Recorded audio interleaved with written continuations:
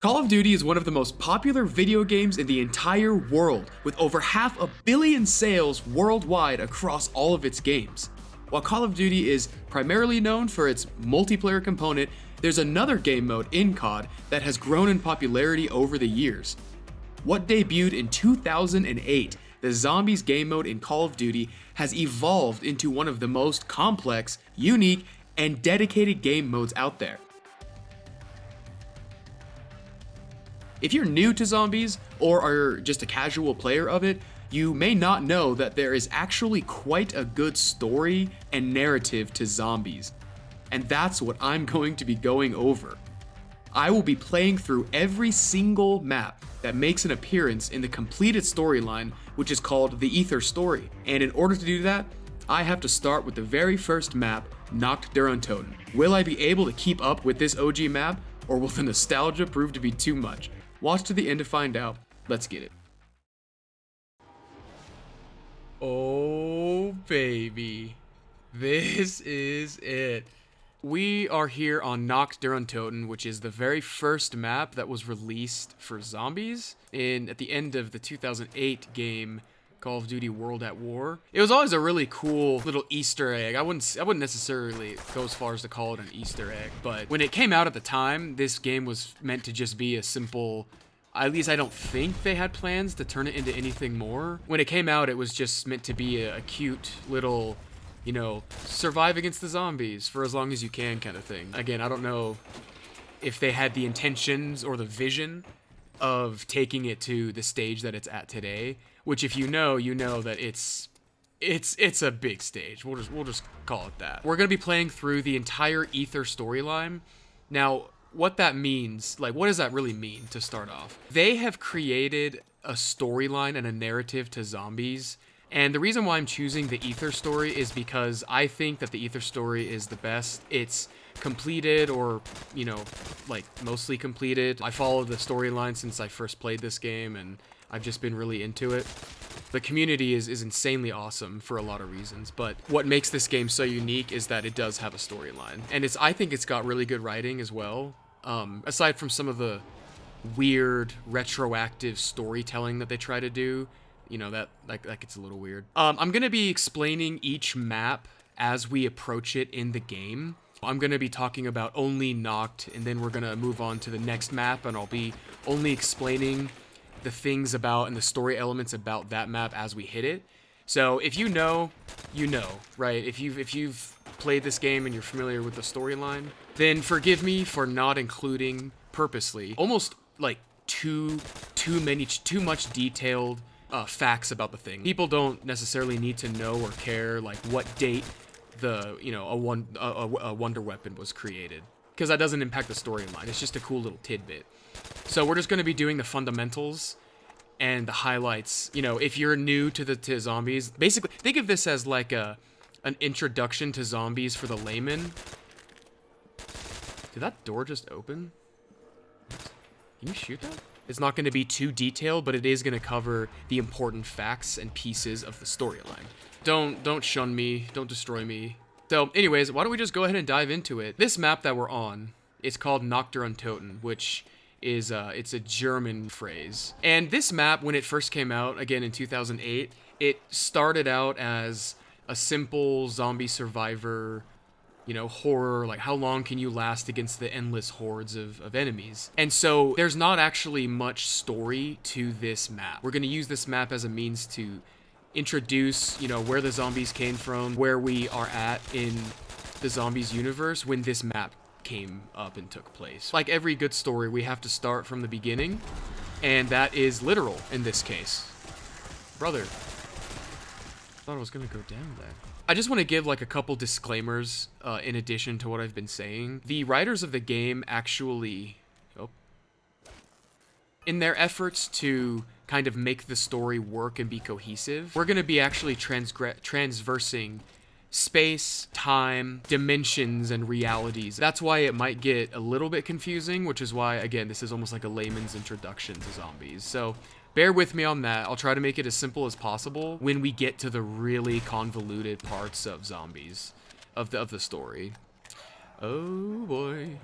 Also, I should make a decision. Should I camp? No, I already opened the staircase, so I can't necessarily camp. Why did I came down here to train, and I was gonna go back to the main room, and then I remembered that if you're gonna train in the main room, you keep the door closed, the help door.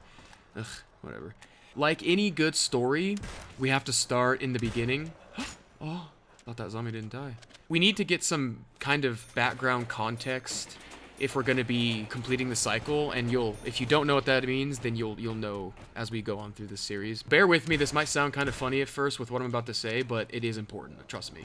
In the beginning, there was this place, and this place was called the Aether. If you can think of it as like heaven or paradise, or later on in the story, it'll actually be named, and we're gonna call it the house.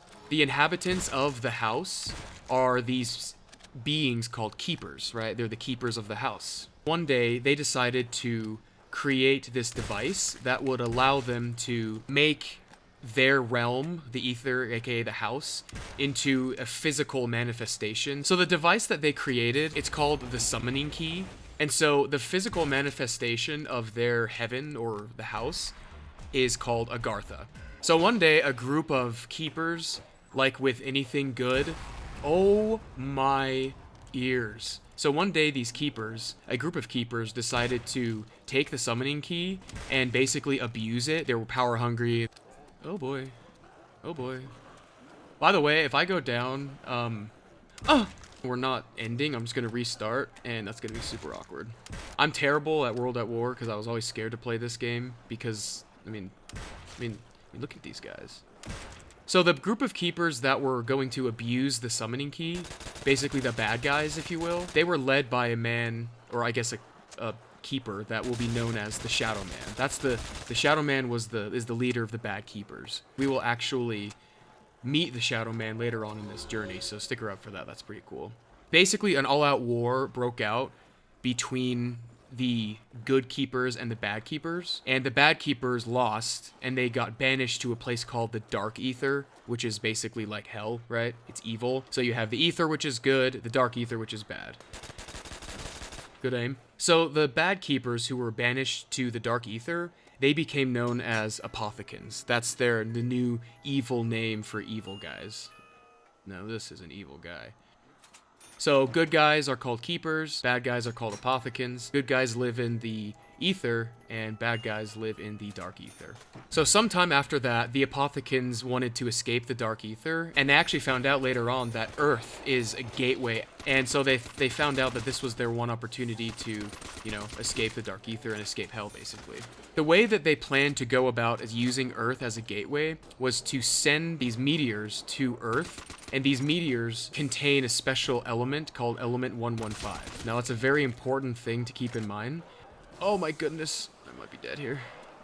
Look at that, we're gaming out here. As I pull out a carbine, okay. We're not gaming out here. Oh, well, I'm dead. Okay, well, I'll be right back. Okay, pay no attention to the skill issue that has just taken place. The element 115 meteors that were sent to Earth drove humanity mad. Basically, there was a great war between humans with keepers versus the Apothicans. And in this great war, there were actually 4 human soldiers that stepped up, and they wielded these epic staffs: the Staff of Wind, Staff of Fire, the Staff of Lightning, and the Staff of Ice. So this group of humans that helped the keepers beat the Apothicans, the 4 of them together are called Primus. Prime is in like first or top, Primus, right? Gonna buy this real quick. So that's kind of it when it comes to the main story context that you're gonna need to know. So yeah, you may be wondering why all of what I just said with this Aether and Dark Aether and these elemental staves and things like that, what does that have to do with zombies? A very important side effect of element 115 is that it reanimates dead cells, thus creating, zombies. So in 1940s Germany, the German army have discovered element 115 because element 115 has been sitting in various different deposits and locations around Earth since the meteors hit and struck Earth. So Germany discovered element 115 and began using it in their means to build weapons. And so how this plays into this map that we're on here, there was a transport ship that was transporting Element 115 zombies and other supplies to a headquarters in Germany, and it crash landed. The characters that we're playing as, you know, you'll notice that there's no voice lines, there's no character emblem. Basically, you play as 4 nameless, faceless, and random Marines who, after the plane crash, they survived, and they took shelter in this structure that we're in right now, and fended off the zombies for as long as they could. But in the story, ultimately, they do succumb to the zombies, and they do die. And that's it. That's just all Nacht is. I say 4 people because if you play